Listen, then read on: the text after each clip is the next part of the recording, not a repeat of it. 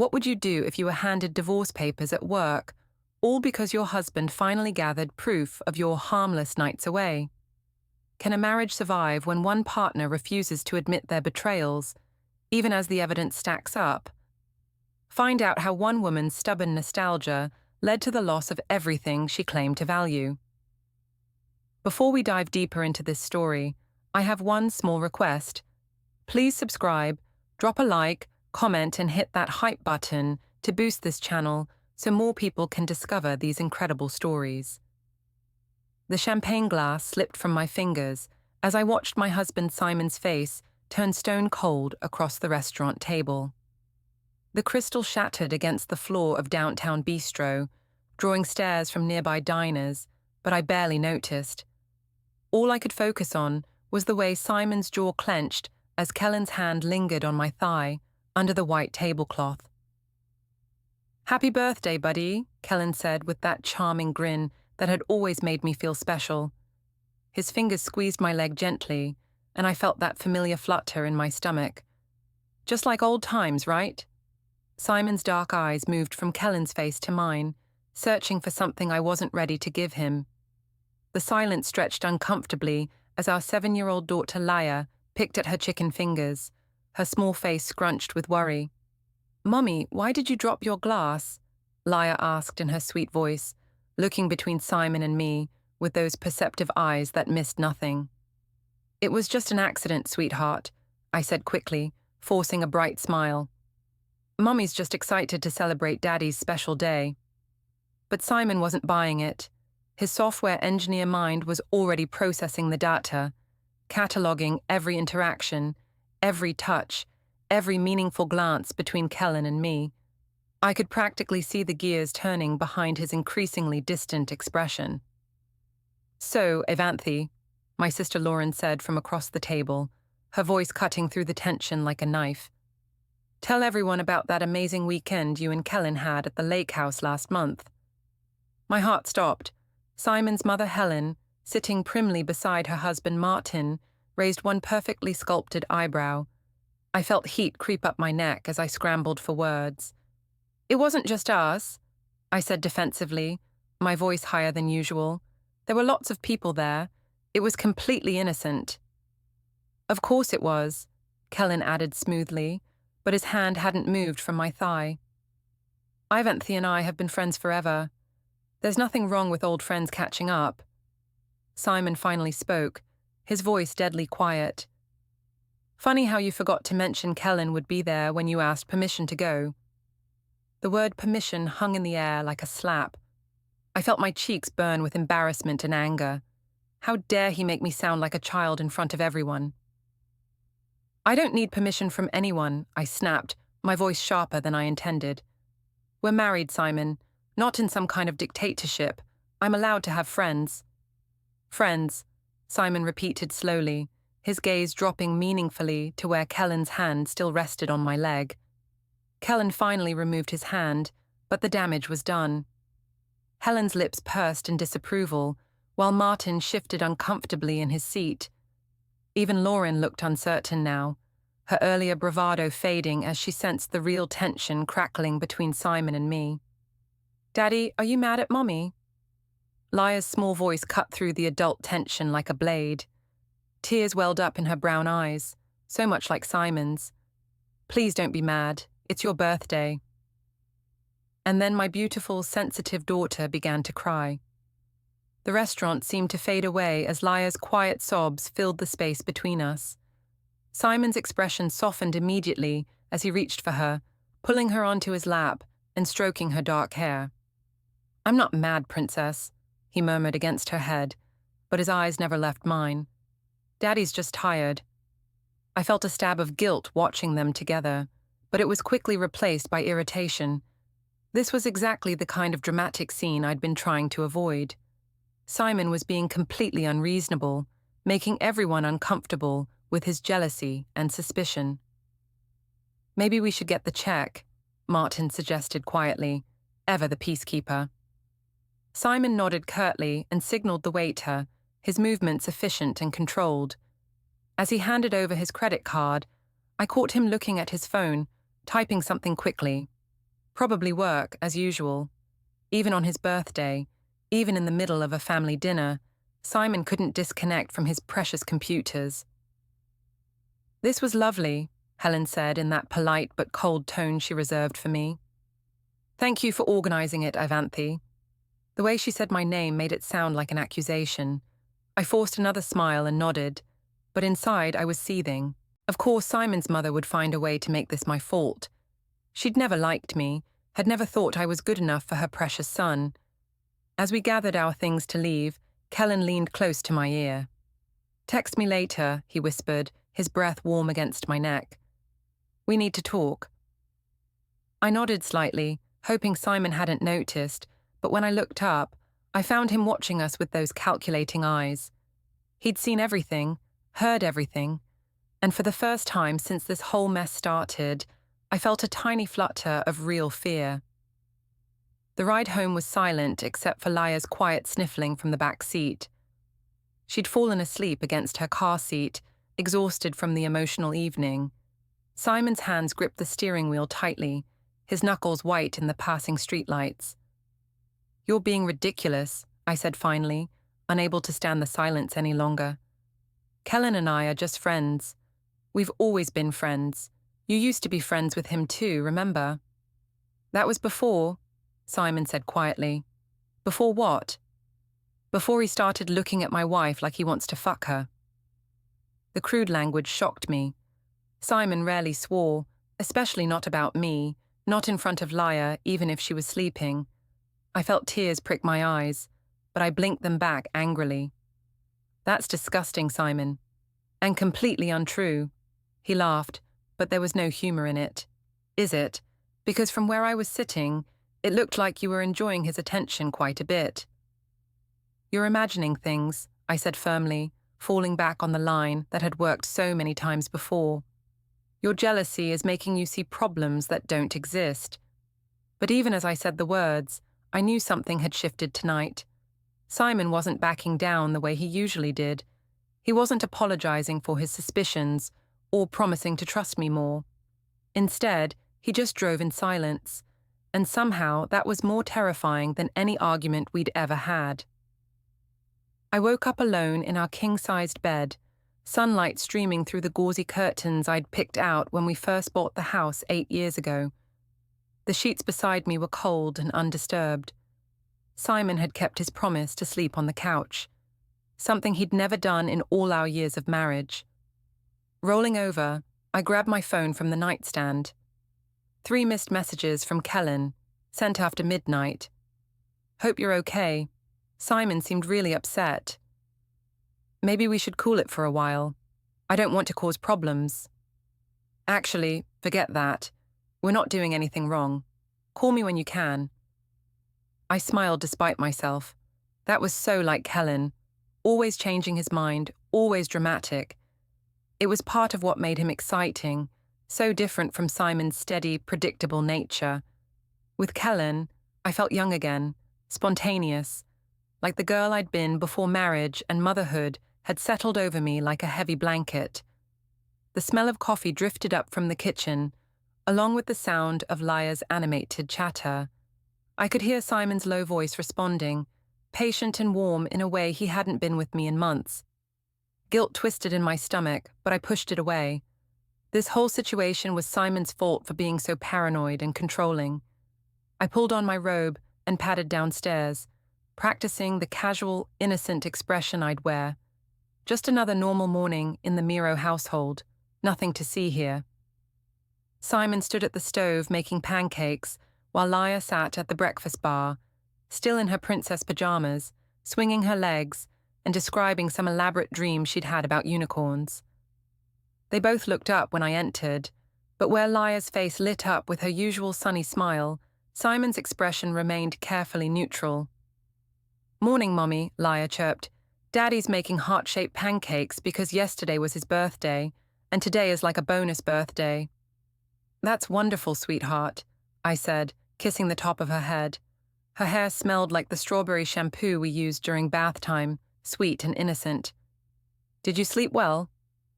"Uh-huh, but Daddy slept on the couch. He said his back was hurting." Does your back hurt, Daddy? Simon flipped a pancake with practiced ease, not looking at me. Just a little stiff. Nothing to worry about, Princess. I poured myself coffee from the pot Simon had made, noting that he'd prepared exactly enough for 2 cups, his usual amount.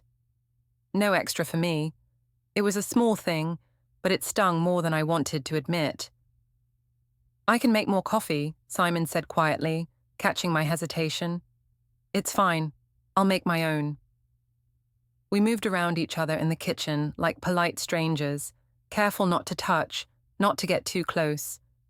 Laya chattered on, oblivious to the tension crackling between her parents, but I caught her glancing between us with those 2 perceptive eyes. My phone buzzed with another text. I glanced at it quickly, then shoved it back in my robe pocket, but not before Simon noticed. Work? He asked, his tone carefully casual. Just Lauren, I lied smoothly. She's worried about last night. Simon nodded and turned back to the stove, but I saw his shoulders tense. He was keeping track, cataloguing my responses, building some kind of case in his methodical engineer brain. The thought made me angry and defensive. After breakfast, Simon disappeared into his home office, the spare bedroom he'd converted into a workspace during the pandemic. I could hear him on conference calls, his voice professional and confident in a way it hadn't been with me in weeks. I spent the morning doing laundry and tidying the house, normal domestic tasks that felt surreal given the earthquake that had shaken our marriage the night before. Every few minutes I found myself checking my phone, reading Kellen's messages, feeling that familiar thrill at his attention. Around noon, my phone rang. Lauren's name flashed on the screen. Thank God, my sister said without preamble. I've been worried sick since last night. How are you holding up? I'm fine, I said, settling into the living room armchair where I could keep an eye on the hallway. Simon's being dramatic, as usual. Dramatic? Ivanthy, he looked like he wanted to murder Kellen right there in the restaurant. And honestly, I don't blame him. Kellen was being pretty obvious. I bristled at the criticism. Obvious about what? Being friendly. Since when is it a crime to be affectionate with old friends? Affectionate is one thing, but the way he was touching you, the way you 2 were looking at each other, it didn't look innocent, sis. You're being ridiculous too, I snapped. Everyone's reading way too much into a completely normal friendship. There was a pause on the other end of the line. When Lauren spoke again, her voice was gentler. Ivanthy, I love you and I'm always on your side. But I need to ask, is there something going on between you and Kellen? The question hung in the air like a loaded gun. I could tell her the truth, that Kellen and I had been growing closer over the past few months, that our friendship had developed an intensity that probably crossed some lines, that I looked forward to his texts and calls more than I should. I could admit that being around him made me feel alive in a way I hadn't felt in years. Instead, I chose the easier path. Of course not, I said firmly. Kellen and I are friends. That's all we've ever been, and that's all we'll ever be. Simon is letting his insecurity turn innocent friendship into something sordid. Okay, Loren said, but she didn't sound entirely convinced. Just, be careful, all right? I don't want to see you get hurt. After we hung up, I sat in the quiet living room, staring at family photos scattered across the mantelpiece. Simon and me on our wedding day, both of us young and hopeful. The 3 of us at the hospital when Laya was born, exhausted but glowing. Family vacations, birthday parties, Christmas mornings. A decade of shared history, captured in silver frames. When had it all become so complicated? When had Simon stopped looking at me the way he did in those early photos, like I was the most fascinating woman in the world? When had our conversations devolved into logistics about schedules and responsibilities? When had we stopped being lovers and become just roommates who happened to share a child? My phone buzzed again. Another message from Kellen. Can't stop thinking about last night. Not the drama, the way you looked in that blue dress. Absolutely stunning. Despite everything, I smiled. When was the last time Simon had complimented my appearance? When was the last time he'd noticed what I was wearing or told me I was beautiful? I was typing a response when I heard footsteps on the stairs. Quickly, I deleted the message and shoved my phone between the couch cushions just as Simon appeared in the doorway. "I'm going to pick up Laya from her playdate at Emma's house," he said, keys already in his hand. "We'll probably stop for ice cream on the way home." "That sounds nice," I said, working to keep my voice normal. "I'll start dinner." He nodded and turned to leave, then stopped. "Ivanthy?" "Yeah?" "I found something this morning, while I was cleaning up." He pulled a small piece of paper from his pocket and held it out to me. With trembling fingers, I took the paper and unfolded it. It was a receipt from the downtown cafe where Kellen and I had met for coffee last week. The date and time were clearly printed at the top, along with 2 specialty drinks and a shared pastry. "You told me you were getting your hair done," Simon said quietly. My mind raced, searching for an explanation, an excuse, anything that would make this innocent. I stopped for coffee after my appointment. I ran into Kellen by accident. "Your hair looked exactly the same when you came home." The simple statement hit like a physical blow. Simon wasn't shouting or accusing. He was just stating facts, letting the evidence speak for itself. Somehow, that was worse than any angry confrontation. "I decided not to get it cut after all," I said weakly. Simon studied my face for a long moment, those dark eyes seeing too much. Finally, he nodded slowly. "I'll be back with Laya in a couple hours." After he left, I sat alone in the house that suddenly felt too big and too quiet. My phone buzzed from between the couch cushions, but for the first time, I didn't rush to check it. Instead, I stared at the receipt in my hands, wondering how something so small could feel so damning. Outside, a neighbor was mowing their lawn, the sound ordinary and domestic. Children played in the street, their laughter drifting through the open windows. Life was continuing normally for everyone else, while my world seemed to be tilting off its axis. I thought about calling Kellen, about meeting him somewhere to talk through what had happened last night. But Simon's words echoed in my head. "Your hair looked exactly the same when you came home." He'd been watching, noticing, keeping track. How many other small lies had he catalogued? How many other receipts and inconsistencies was he collecting? For the first time since this all started, I wondered if I was in more trouble than I realized. Monday morning arrived grey and drizzling, matching my mood perfectly. Simon had left for work early without saying goodbye, taking his coffee in a travel mug and slipping out before Laya and I came downstairs. The distance between us felt like a physical thing now, cold and impenetrable. I dropped Laya at school and drove to my job at Henderson & Associates, the mid-sized accounting firm where I'd worked as an administrative assistant for 6 years.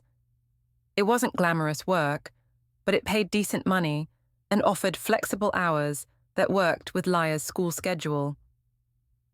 My desk sat in the open-plan office area, surrounded by the gentle hum of computers and quiet conversations.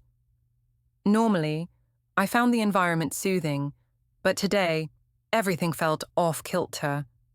I couldn't concentrate on the invoices I was supposed to be processing, my mind constantly drifting to the growing tension at home. "You look like someone stole your favorite parking spot," said Dina Lopez, sliding into the chair beside my desk with her morning coffee. At 38, Dina had been married and divorced twice, and she never let anyone forget the hard-won wisdom those experiences had taught her. "Just tired," I said, not looking up from my computer screen. "Bullshit." Dina lowered her voice conspiratorially. "I know that look.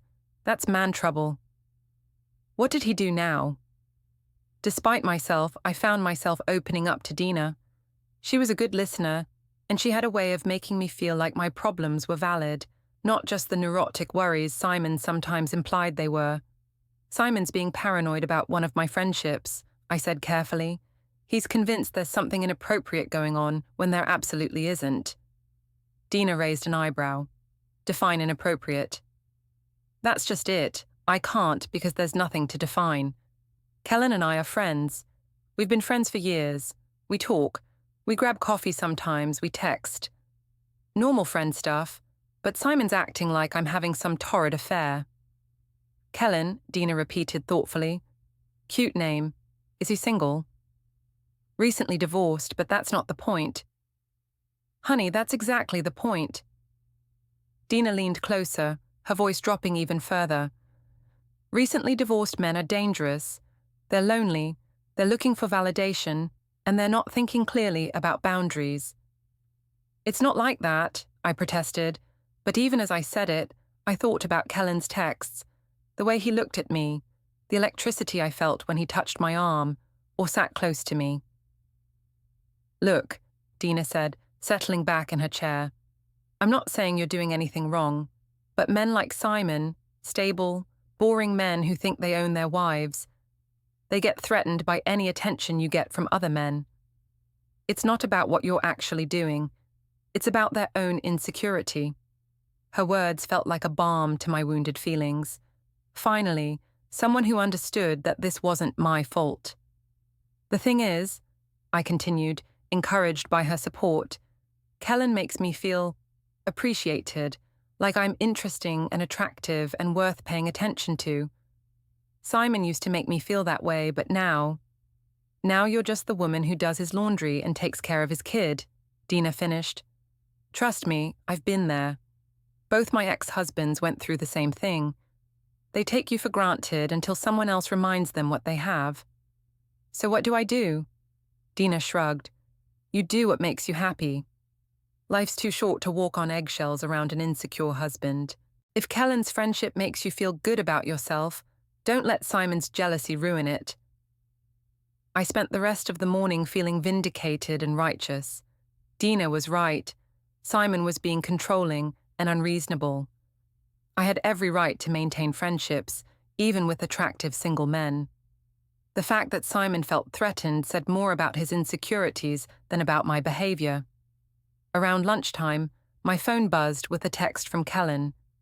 Thinking about you. Hope yesterday wasn't too awful at home. I glanced around the office, then typed back quickly. It was fine. Simon's just being dramatic. Want to grab lunch? I'm downtown for a client meeting. I hesitated for only a moment before responding. Can't do lunch, but maybe coffee after work. Around 5. Perfect. Same place as last time. See you there. I deleted the text thread immediately, a habit I'd developed over the past few weeks. Not because I was doing anything wrong, I told myself, but because Simon would misinterpret innocent conversations and turn them into evidence of infidelity. The afternoon crawled by. I found myself checking the clock every few minutes, anticipating my coffee date with Kellen. It felt rebellious and exciting, like playing hooky from my own life.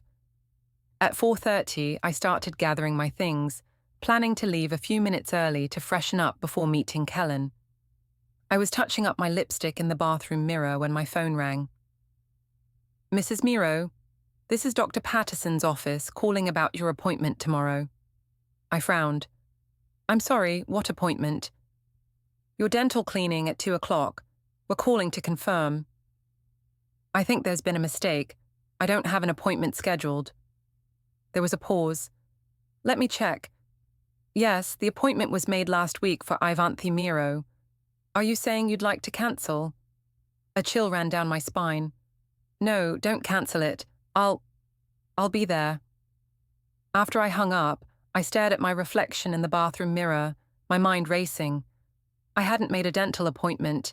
I hadn't even been to the dentist in over a year. So who had scheduled it, and why? Unless... My hand shook as I pulled out my phone and scrolled through my recent calls. There it was, buried among calls to Lia's school and the grocery store, Dr. Patterson's office, called from my phone last Tuesday afternoon. But I'd been at work last Tuesday. I remembered distinctly because we'd had that big deadline for the Morrison account. I'd been at my desk all day except for when I'd left my purse in the break room while I went to make copies. My phone had been in my purse, Anyone could have accessed it, could have made that call. But who would do such a thing? And why? The answer hit me like a physical blow. Simon. Simon had somehow accessed my phone and made the appointment, probably as some kind of test. He was checking up on me, setting traps, gathering evidence. My hands were still shaking as I drove to the coffee shop where Kellen was waiting. The familiar sight of his easy smile and confident posture should have been comforting, but instead, I felt paranoid and exposed, like someone was watching every move I made. "You look stressed," Kellen said after I'd ordered my usual latte and settled into the booth across from him. "Saturday night was pretty intense." "Simon's being impossible," I said, then caught myself. I didn't want to spend our entire conversation complaining about my husband. "But let's not talk about that. How was your weekend?" We chatted for an hour about safe topics. His work as a freelance marketing consultant, a movie he'd seen, plans for the upcoming holidays. But underneath the normal conversation, I felt the familiar current of attraction and possibility that had been building between us for months. "I should probably get going," I said finally, glancing at my watch. "Laya has soccer practice at 6. "Of course." Kellen reached across the table and covered my hand with his. "Ivanthy, I want you to know that whatever happens with Simon, I'm here for you. As a friend, I mean. You don't have to handle this alone." His hand was warm and strong, so different from Simon's careful, controlled touches. I felt that familiar flutter in my stomach, the one that reminded me I was still an attractive woman worthy of desire. "Thank you," I said softly. "That means more than you know." As I drove home, I tried to push away the paranoid thoughts about the dental appointment. Maybe I had made it and forgotten. Maybe it was a simple scheduling error. Maybe Simon wasn't turning into some kind of detective, cataloguing my every move and setting elaborate traps. But when I pulled into our driveway and saw Simon's car already there, 30 minutes earlier than his usual arrival time, I knew my troubles were just beginning. Simon was in the kitchen when I walked through the front door, standing at the island with his laptop open and several sheets of paper spread across the granite countertop. He looked up when I entered, his expression unreadable. "You're home early," I said, setting my purse on the counter and trying to peer at the papers without being obvious about it. "Finished my meetings earlier than expected," he replied. "How was your day?" The question sounded casual, but there was something underneath it, a weight that made my stomach clench. "Fine, busy, the usual." "Good, I was thinking we should talk." Those 5 words sent ice through my veins. In 10 years of marriage, "we should talk" had never preceded anything good. I forced a smile and moved toward the refrigerator, needing something to do with my hands. "Sure. What about? And where's Laya?" "She's at my mother's house. I picked her up from school early." Now I was really nervous. Simon never made unilateral decisions about Laya's schedule without discussing it with me first. "Why?" "Because I wanted us to have some privacy for this conversation." He gestured to the papers on the counter. "I've been doing some thinking since Saturday night." I moved closer, trying to see what he'd printed out, and my blood turned to ice water. Phone records. Pages and pages of phone records, with certain numbers highlighted in yellow. "Simon, what is this?" "These are our phone records for the past 3 months," he said calmly, like he was discussing the weather. "I requested them from Verizon this morning." "You had no right." "Actually, I had every right. I'm the primary account holder, remember? You insisted on that when we set up the family plan, because it was cheaper." He was right, and we both knew it. I stared at the highlighted numbers, recognizing Kellen's cell phone and work line immediately. The yellow marks seemed to glow on the page like accusations. "This is invasion of privacy," I said weakly. "Is it? Because according to these records, you've been in contact with Kellen Drake an average of 12 times per day for the past 6 weeks.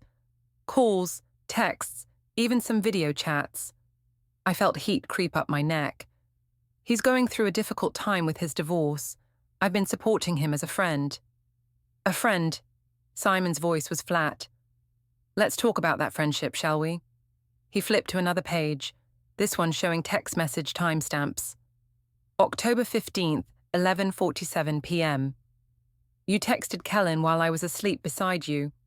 October 18th, 2:33 a.m. Another text exchange that lasted 47 minutes. I couldn't sleep. October 23rd, you told me you were having lunch with your sister. But according to these records, you spent that entire afternoon texting Kellen, no calls or texts to Lauren at all. Each fact hit like a physical blow. I wanted to deny it, to explain it away, but the evidence was right there in black and white. Simon had been methodical and thorough, building an airtight case against me. You're taking this completely out of context, I said, my voice rising. Yes, Kellen and I talk frequently.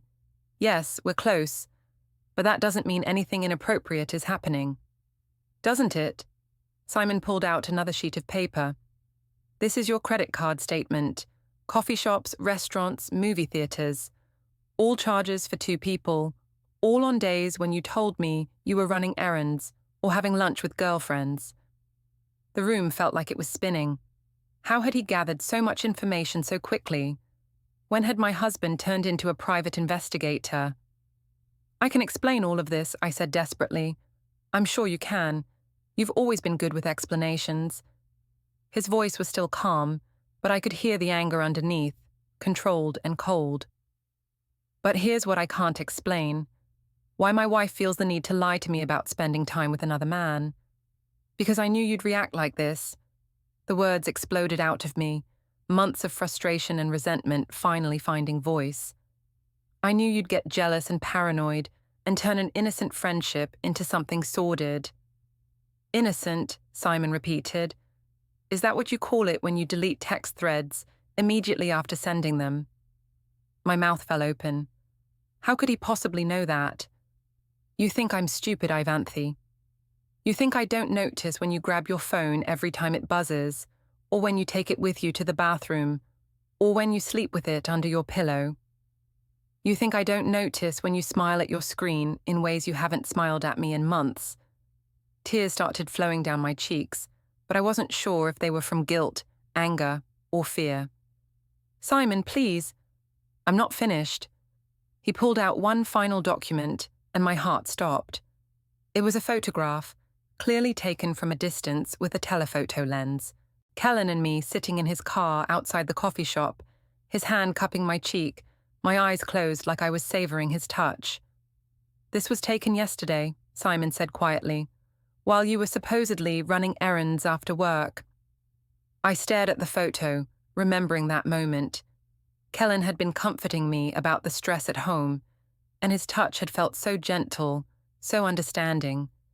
But seeing it captured like this, seeing how intimate it looked from the outside, I realized how damning it appeared. It's not what it looks like, I whispered. Then tell me what it is. Tell me the truth, Ivanthy. All of it. For a moment, I considered coming clean. Telling him about the emotional connection I'd developed with Kellen, about how lonely I'd been feeling in our marriage, about how good it felt to be wanted and appreciated again. Maybe we could work through this, go to counseling, find our way back to each other. But looking at Simon's face, at the careful control masking his hurt and anger, I realized he wasn't looking for understanding. He was looking for a confession, ammunition, for whatever legal battle he was already planning. There's nothing to tell, I said, straightening my shoulders. Kellen is my friend. I'm sorry if that threatens you, but I won't apologize for having people in my life who care about me.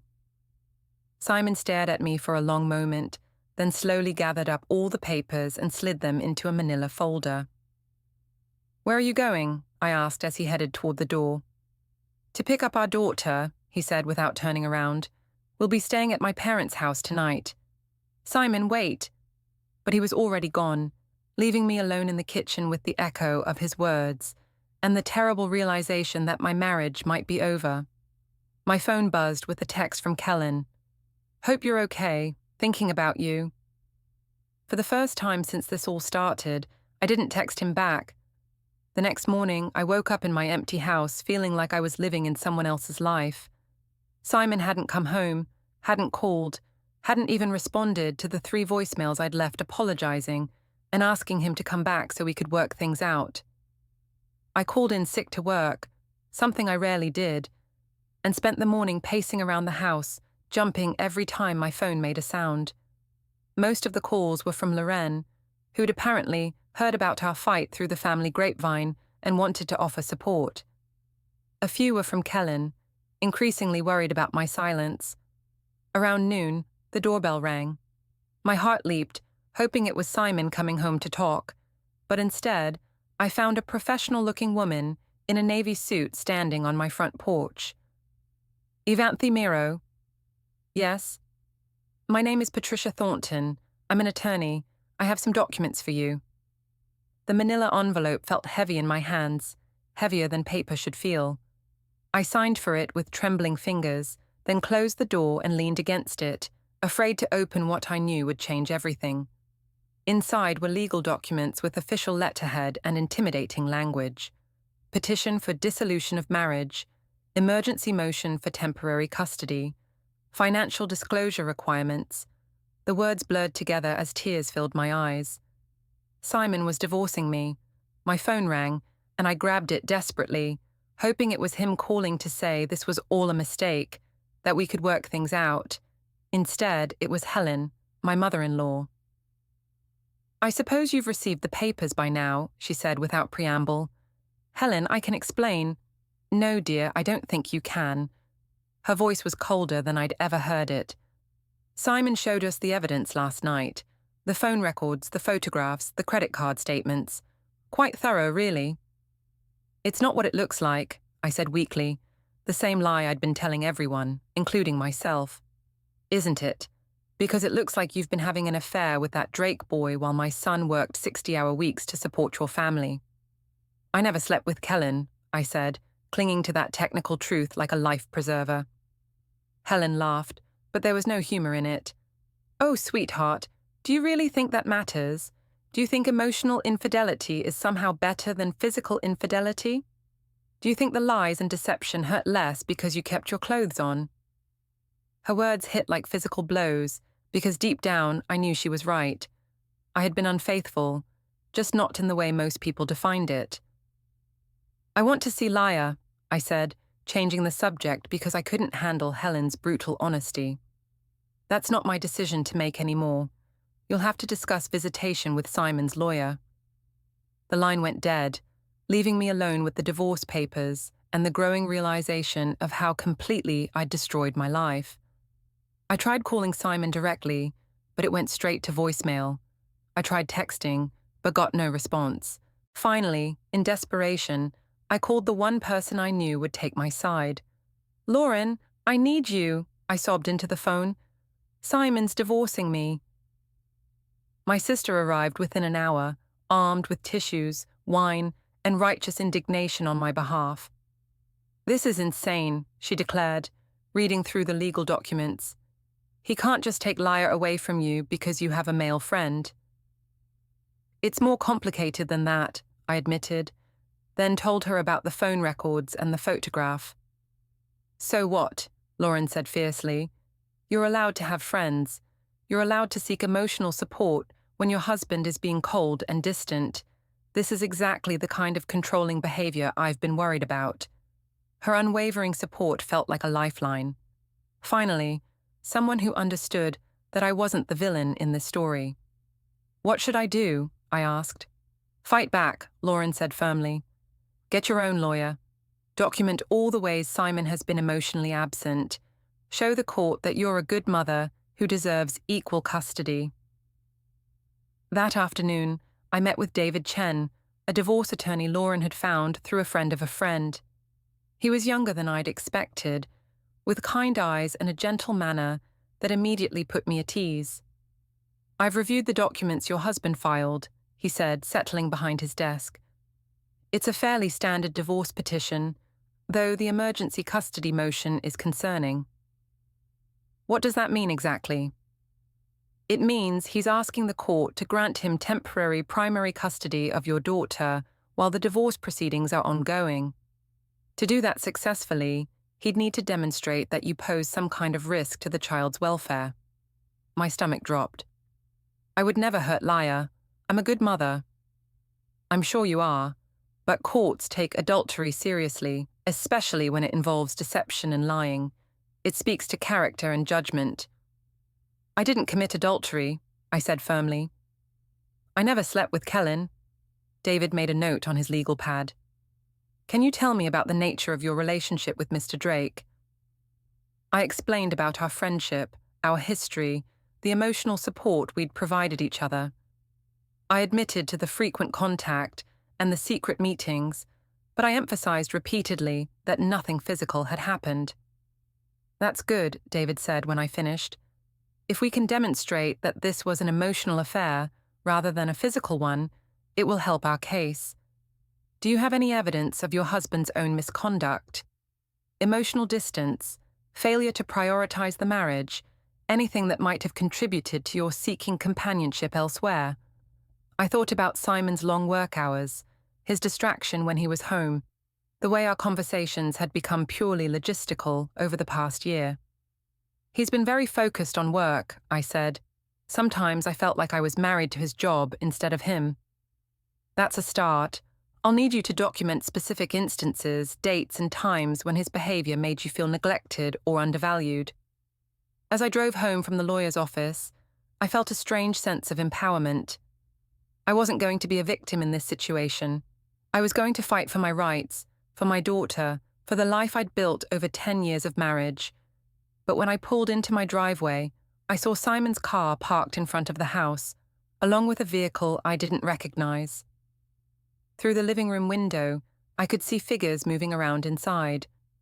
I rushed through the front door to find Simon directing two men in coveralls who were loading boxes onto a dolly. What's going on? I demanded. Simon looked up from the checklist in his hands. I'm collecting some of my belongings. The court order allows me to retrieve personal property. I watched helplessly as they loaded his computer equipment, his clothes, his books. 10 years of shared life being divided up and carted away like inventory. Where's Laya? I asked. With my parents. She'll be staying there until the custody hearing. Simon, please, can't we talk about this?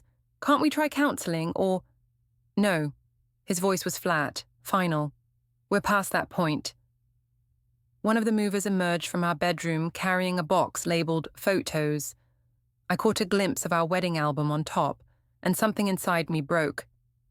You don't have to do this, I whispered. We can work through this.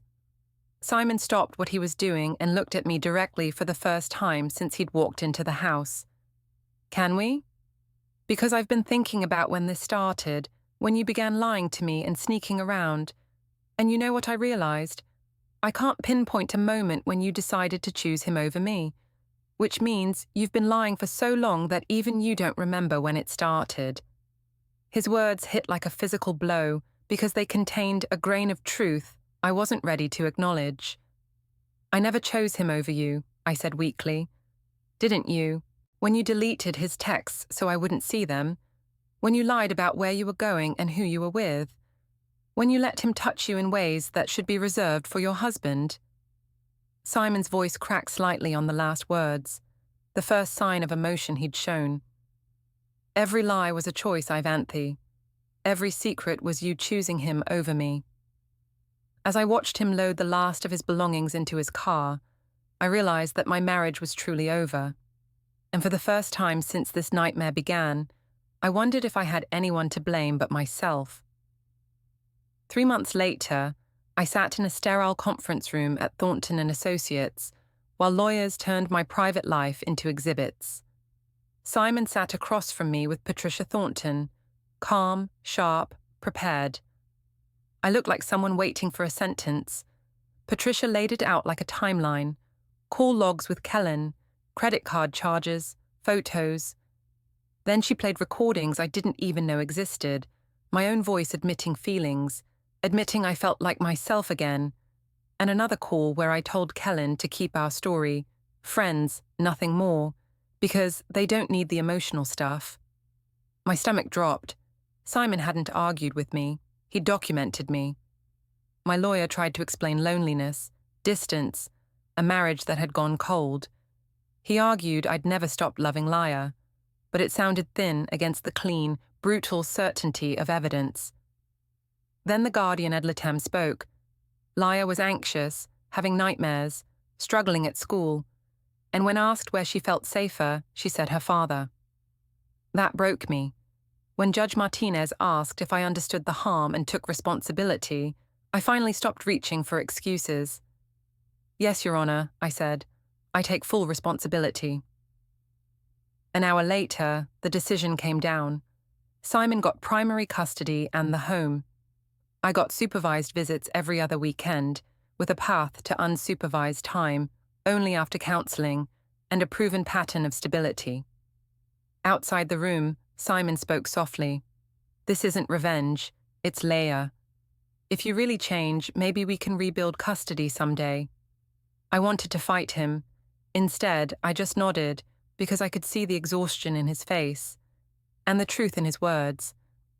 6 months later, I live in a small apartment with a visitation schedule on my fridge. Kellen is gone. Therapy started as a court order and turned into the first honest thing I've done in a long time. I'm learning that love isn't a feeling you claim when it's convenient. It's what you protect when it's hard. I can't undo what I broke, but I can stop breaking things.